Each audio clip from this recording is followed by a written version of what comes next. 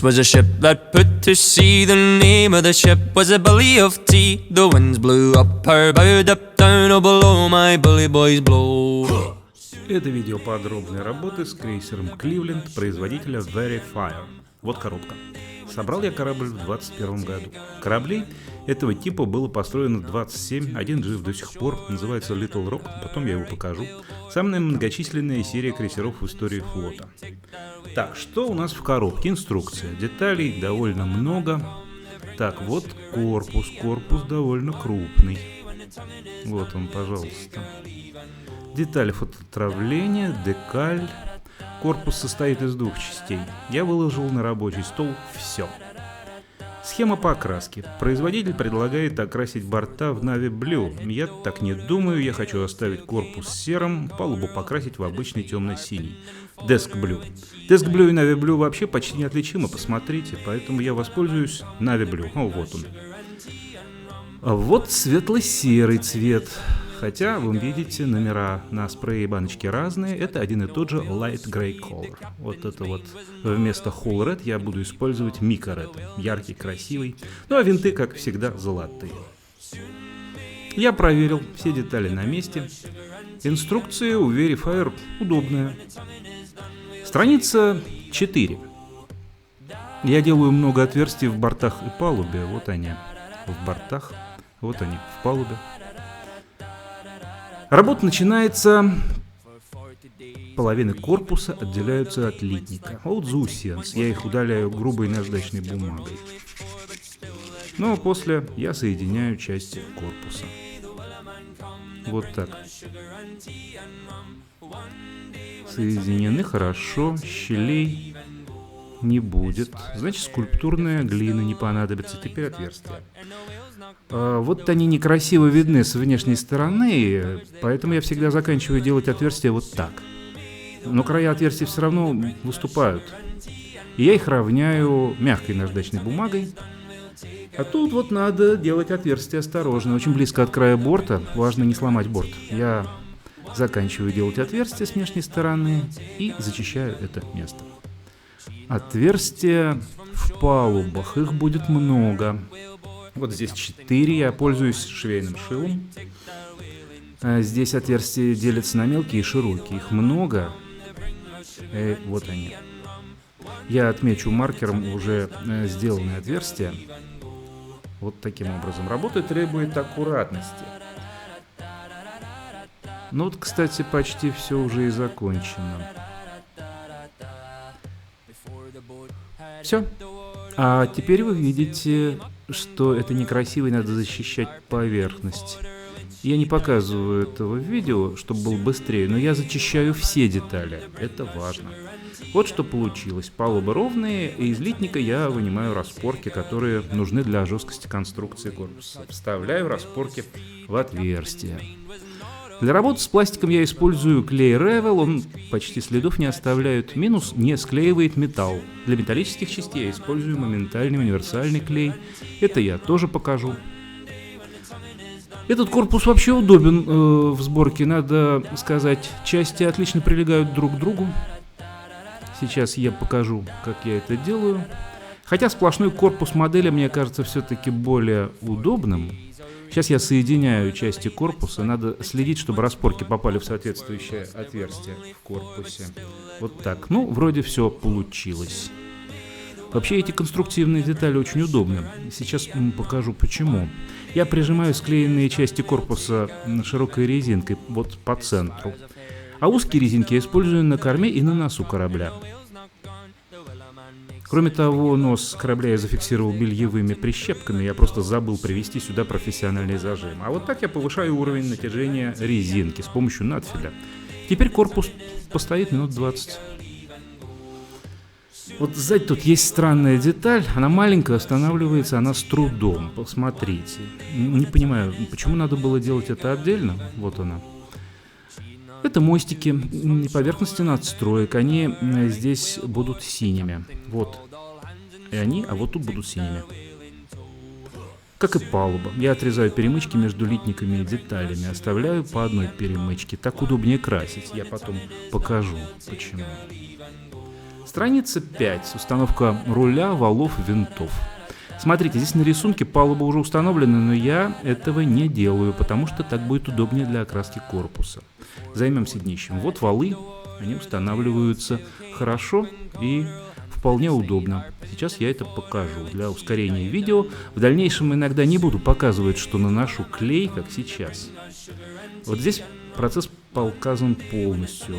2 отверстия и еще 2 отверстия у Verifier. Штифты соответствуют размеру отверстий. Это хорошо. Вот, посмотрите, что получилось. Вот так. Все 4. А теперь займемся пером руля. Оно состоит из 2 частей. Вставляю это в корпус. Вот так, на клей. Здесь закончено. Это узкая силиконовая лента из фотомагазина, еще широкая бумажная и очень широкая с полиэтиленом. Узкая лента нам нужна для ватерлинии. Вот я начинаю приклеивать эту ленту в соответствии со схемой окраски. Здесь убыстренное видео. И сделать это не так-то просто. Вот это левый борт, и я соединяю края ленты. Сверху на борта клеится широкая желтая лента. Первая часть для окраски – это днище корабля. Лента чуть прикрывает своим краем белую ленту. Я загибаю края желтые ленты внутрь корпуса. Вот так и готово. Ну, демонстрирую это вам. Окраска будет происходить на свежем воздухе. Сейчас закончу и вынесу.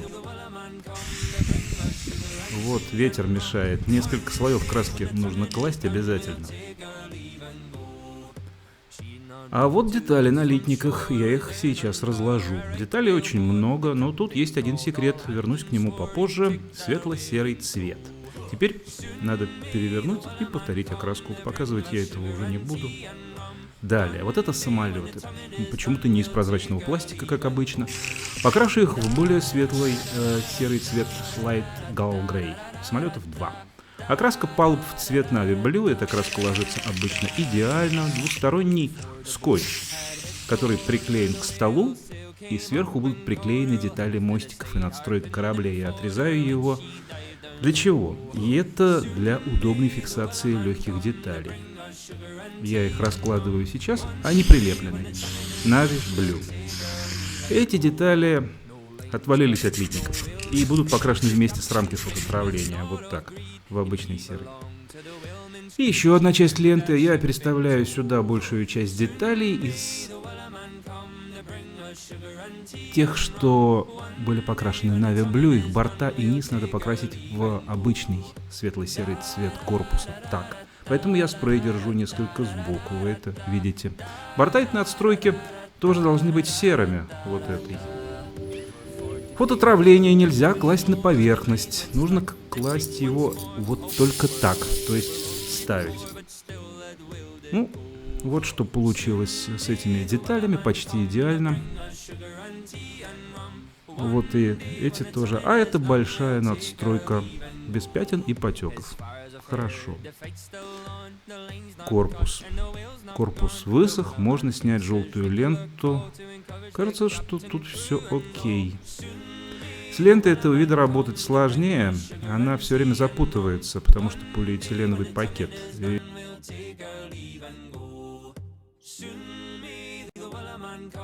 Видно, что я накладываю ленту так, чтобы она не покрывала тонкую силиконовую ленту. Объясняю почему. Я фиксирую полиэтилен прищепками и наношу краску на борта, вот эти прищепки.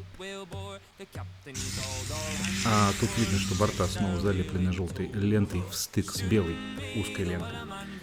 Ну, наконец я снимаю белую ленту. Теперь понятно, зачем была узкая белая лента. Это удобный трафарет для черной ватерлинии. Защитные ленты с бортов и днища можно снимать после того, как я закончу с ватерлинией. Теперь я смотрю на огрехи окраски.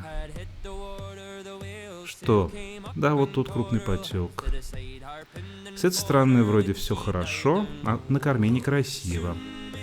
И вот в этой точке борта надо будет скорректировать. Вот так выглядит окрашенный корпус. На пятом листе необходимо выбрать один из видов якорей. Я устанавливаю 2 маленьких кольца на носу корабля. Вот так вот. Здесь они будут установлены с одной и с другой стороны. А теперь я крашу выбранные якорь. Якоря будут черными, а винты будут золотыми. Удобнее всего красить винты, надев на зубочистку. Краска очень капризная, требует нанести несколько слоев. Почему винты всегда золотые? Кто-нибудь знает? Я приклеиваю винты. Они отлично встают на свои места. И приклеиваю носовые якоря. Правый и левый. Теперь лист номер 6. Очень много работы с мелкими деталями на этом листе. Здесь сборка орудийных башен главного калибра 152 мм, вспомогательного калибра 127 мм, пулеметов Bofors, дальномеров, прожекторов. Тут есть ошибка в инструкции. Обратите на нее внимание. Указан 19 номер башенки. Вот он. Ага. А на литнике это номер 18. Вот он. Не пугайтесь. Такое иногда бывает. Таких 6 штук. Я освобождаю башенки от литника, зачищаю заусенцы. Я стараюсь перед началом работы все детали выложить на чертеж. И вот почему. Здесь стала видна серьезная проблема.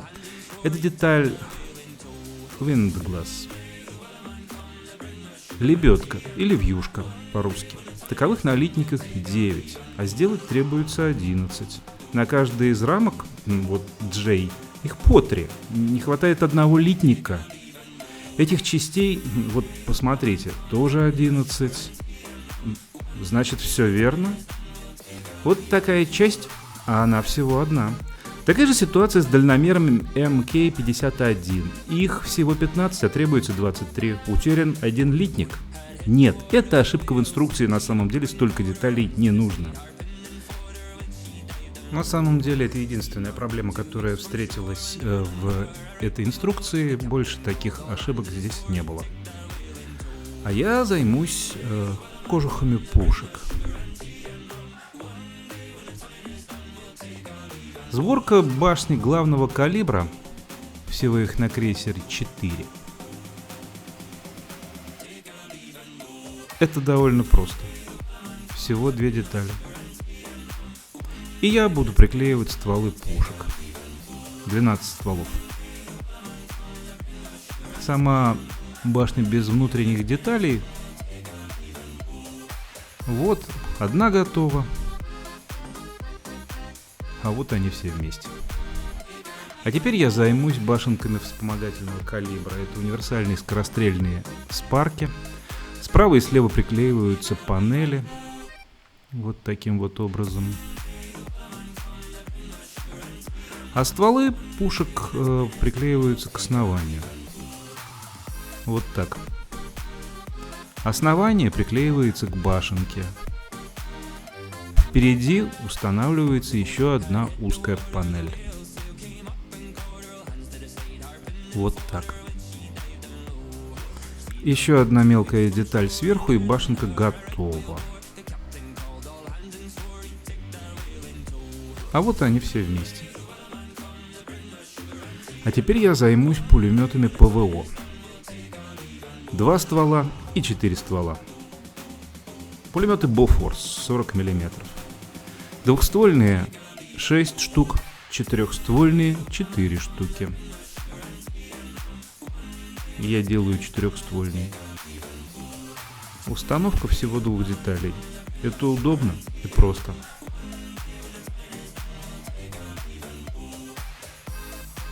Я покажу их. Теперь они все вместе будут тут лежать. Раз. Так, а вот это дальномер, о котором я уже сказал ранее. С дальномерами такая же ситуация. Их нужно сделать меньше, чем требуется. Он из 2 деталей состоит, а вот этот вот называется телескоп. Мы зовем его бинокль. Их нужно сделать 8 штук, и здесь такой ошибки нет. Это самые мелкие детали модели, которые надо склеивать. Ну вот. Вы их видите перед собой. Я приклеиваю. Достаточно сложно. Они очень мелкие. Ну и все готово. Теперь большие прожектора диаметром 90 сантиметров. Их вот 2 штуки. Производитель Verifier мог бы предусмотреть стекло здесь, а пока мы видим 2 заглушки. Ну, вот, оба прожектора готовы. Теперь на очередь 2 малых прожектора по 60 сантиметров в диаметре. Данные эти приблизительные, 90 и 60, так как они изначально указаны в дюймах. Прожектора готовы. Теперь я собираю лебедки. Это просто барабаны на подставках. Вот большой, он такой один. Тут всего 2 детали. И я вставляю барабан в держатель. Готово.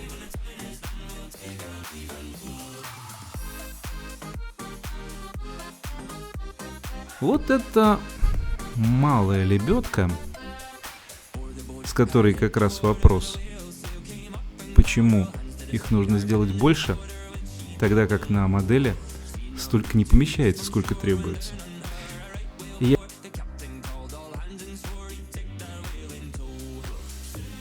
А перед нами страница номер 7, здесь вентиляционные люки, как я понял, РЛС, паровые катапульты, гидросамолеты и подъемный кран. Вот радары, вот самолеты.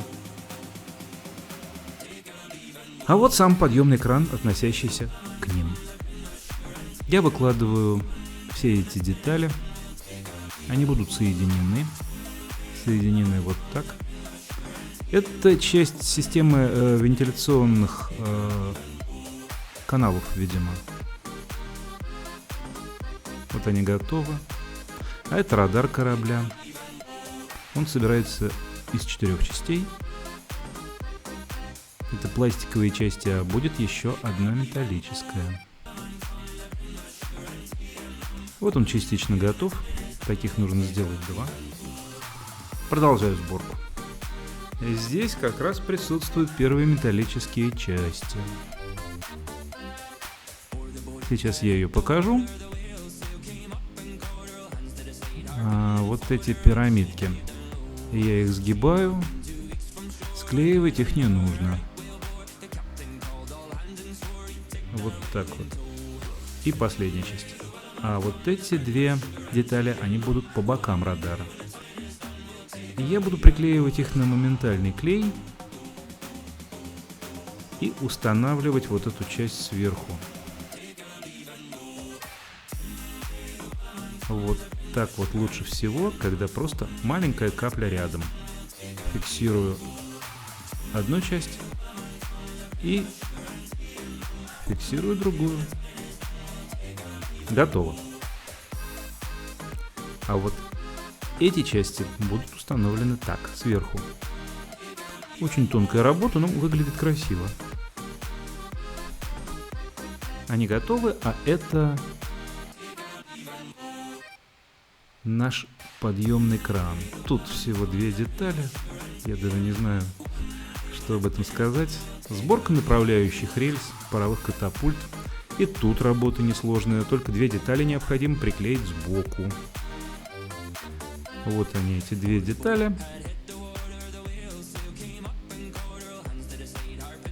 И вот эта труба.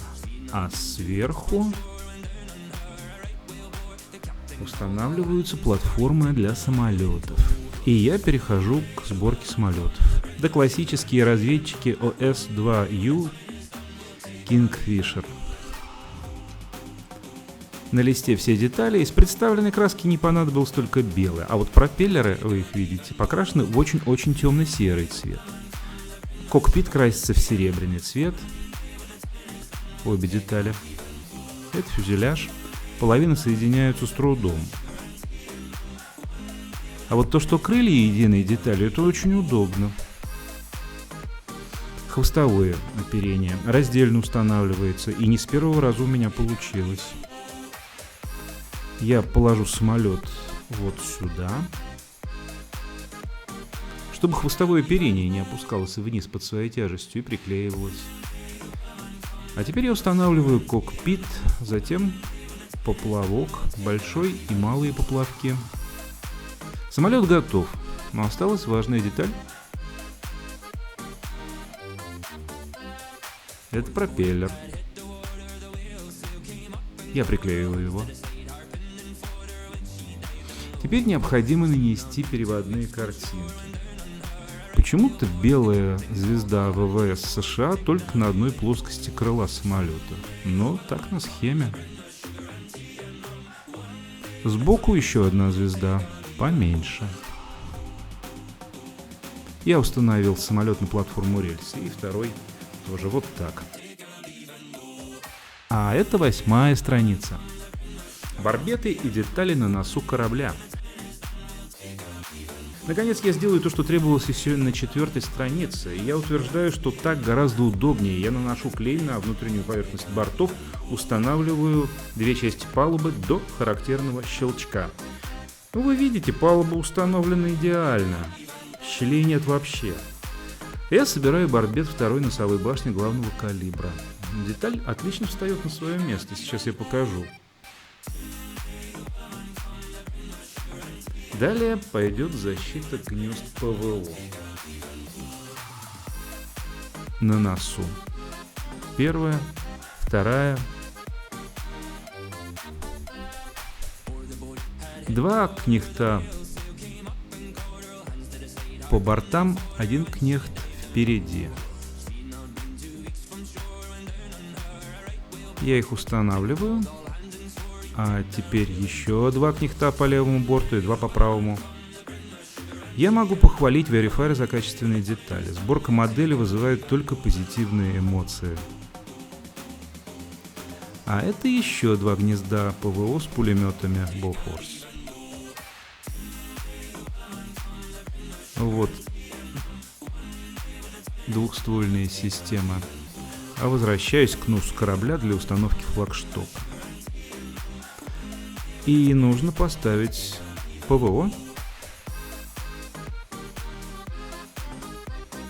Впереди и детали на палубе Кливленда. Возможно, кто-то из вас знает, что это за контейнеры. А далее я устанавливаю эти 4 цилиндра. Я полагаю, что это выходы воздушной вентиляции. Плюс еще 1 контейнер. И вот эти 2 лебедки по бокам гнезд ПВО. А эти детали относятся к якорной цепи. Вот 1, 2, 3 и 4. А вот тут в середине будет установлено 4 вот таких штырька. На этом первая серия моего видео о создании крейсера Кливленд окончена. Ждите вторую, подписывайтесь и смотрите на красивый корабль. Видео сопровождала Веллерман, песня новозеландских китобоев в стиле шанти, оригинал и ее ремикс. На этом я с вами прощаюсь, с вами был Артизан Мороз.